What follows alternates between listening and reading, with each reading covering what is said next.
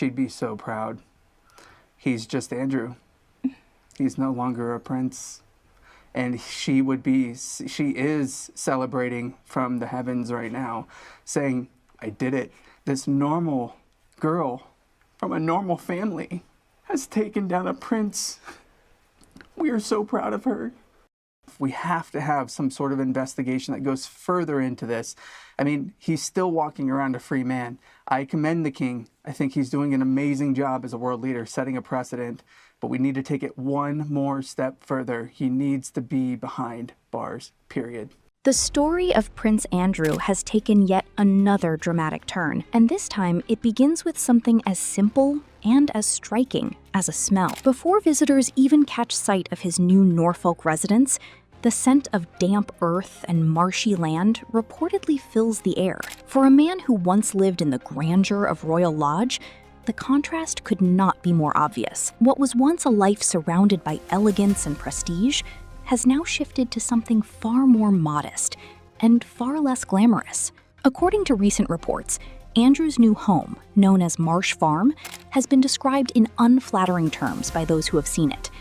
Journalists have painted a picture of a bleak and lifeless setting, where the atmosphere feels isolated rather than inviting. The earthy smell of mud, combined with the occasional hint of manure, has become one of the first things people notice, setting the tone for what many are calling a significant downgrade in lifestyle. This move did not happen overnight. After years of residing at Royal Lodge, pressure steadily mounted for Andrew to leave. Concerns over finances, security arrangements, and the appropriateness of such a large residence for someone no longer carrying out official royal duties all contributed to the decision. Eventually, attention turned toward Norfolk, where a smaller and more practical home was being prepared for him. Before settling into Marsh Farm, Andrew was reportedly staying at Wood Farm, a property with deep royal connections. It is famously known as the retreat where Prince Philip spent much of his retirement. Wood Farm offered privacy and comfort, making it a far more appealing temporary residence compared to what awaited Andrew at his permanent home. The transition to Marsh Farm was anything but smooth for Prince Andrew, and in many ways it became yet another public saga that played out under intense media scrutiny. What should have been a straightforward relocation quickly turned into a drawn-out process, filled with delays, speculation, and growing pressure. Renovations to the property reportedly took longer than expected, with weeks stretching into months as preparations continued behind the scenes. During that time, headlines repeatedly questioned what was really happening. Was Andrew refusing to move? Was he deliberately delaying the inevitable? Or was the house simply not ready for him to occupy? The lack of clear answers only fueled public curiosity, turning a private housing matter into a widely discussed topic. As the waiting period dragged on, every small update became magnified. Royal commentators and tabloids alike dissected the situation, suggesting tensions behind palace walls and hinting at ongoing disagreements over finances, security, and living arrangements. The uncertainty surrounding the move added to the broader narrative of Andrew's changing role within the royal family, reinforcing the idea that even routine decisions in his life had become complicated and controversial. What might have once been handled quietly was now unfolding in full public view, with each delay adding another layer of embarrassment to an already sensitive situation. When Andrew finally arrived at Marsh Farm on Easter Monday, the moment was striking not for its importance, but for its silence.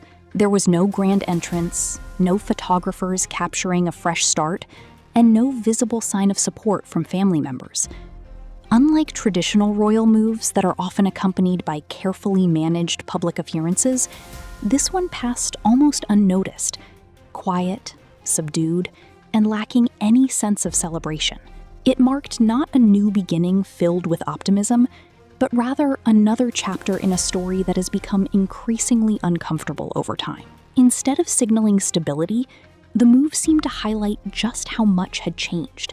Once a central figure in royal life, Andrew's arrival at his new home felt more like a retreat than a transition.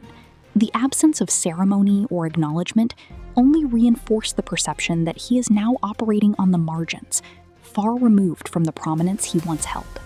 Reports following his arrival suggest that Andrew has been far from pleased with the condition of the property. Complaints have focused on a range of issues, from the persistent smell of damp earth to more troubling claims of pest problems in and around the home. The presence of rats in the surrounding area has been particularly emphasized in media coverage, adding to the unflattering portrayal of the residents. While such challenges are not uncommon in rural environments, especially in areas with farmland, drainage systems, and older buildings, they take on a different significance when linked to someone of Andrew's background. For many, these details serve as a stark reminder of the contrast between his past and present living conditions. At Royal Lodge, Andrew was surrounded by expansive grounds, carefully maintained gardens, and the kind of luxury associated with senior members of the royal family. At Marsh Farm, the narrative is very different, one shaped by practicality rather than prestige, and by ordinary rural realities rather than polished royal image. This contrast has become central to how the story is being told. The smell of damp soil, the reports of pests, and the subdued nature of his move all contribute to a broader picture of decline. Whether entirely fair or somewhat exaggerated, these elements combine to create a powerful image of a man adjusting to circumstances far removed from the life he once knew.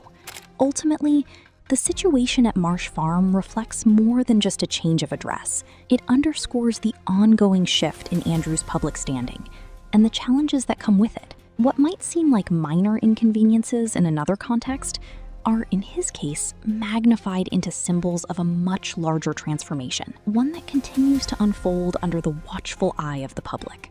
The surrounding area near Wolverton has also been described as gloomy and lacking charm.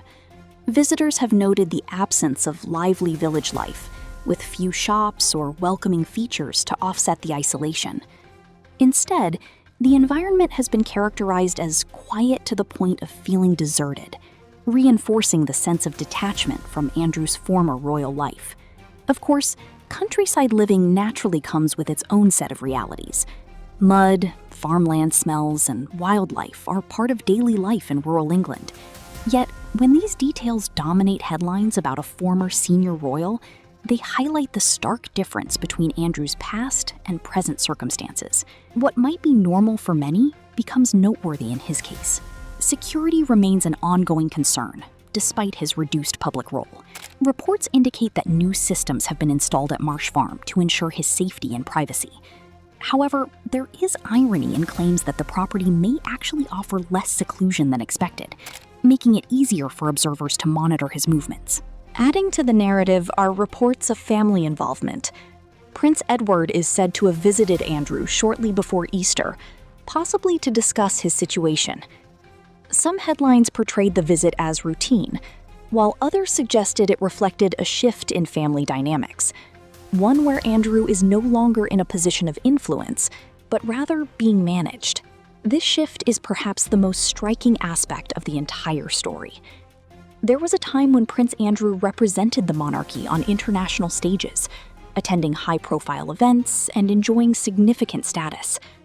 Today, the focus has shifted to the condition of his home and the challenges of his new lifestyle, marking a dramatic fall from grace. Supporters argue that Andrew deserves privacy and the chance to live quietly, away from constant judgment.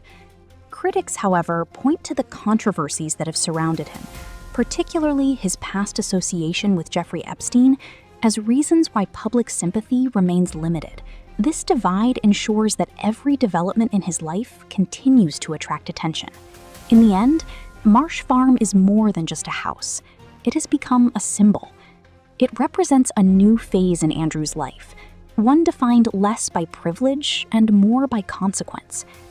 Whether this quiet corner of Norfolk becomes a place of long-term stability or simply another chapter in an ongoing saga remains to be seen. But one thing is clear: the image of Prince Andrew has changed, perhaps permanently. If you've been following the latest updates on Prince Andrew and his new life at Marsh Farm, let me know your thoughts in the comments. Do you think this situation is being exaggerated, or does it truly reflect how much things have changed for him? And don't forget to like this video, subscribe to the channel, and turn on notifications so you never miss the next update on royal stories and breaking news.